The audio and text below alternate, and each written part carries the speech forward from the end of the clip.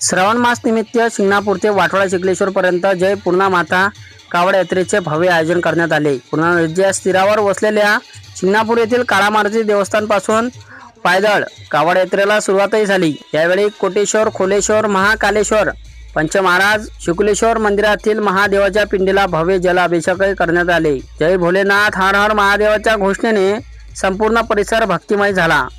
विदर्भ काशी म्हणून ओळखल्या जाणाऱ्या शुक्लेश्वर मंदिरात महाआरती देखील करण्यात आली।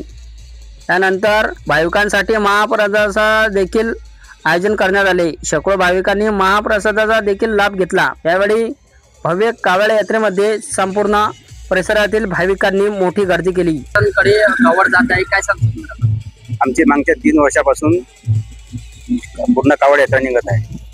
पूर्णा माताच्या नदीचं पाणी घेऊन आम्ही शिंगणापूर पासून तर शुक्लेश्वर महादेव मंदिरात जात असतो आणि सर्व पंचकुशीचे लोक याच्यात सहभागी असतात आणि हजारो भाविक भक्त याच्यात कावडमध्ये सहभाग घेऊन आणि सर्व तीर्थक्षेत्र आहे।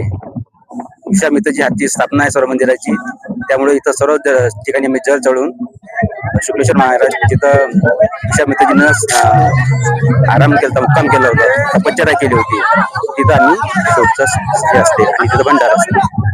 काय आपण भाविकांना काय आवाहन करू शकणार कावड यात्रेच्या माध्यमातून? कावड यात्रेमध्ये सर्व भाविकांनी येऊन भोलेजीचं जयकार करावं आणि धार्मिक जो कार्य आहे त्याला सहकार्य करावं।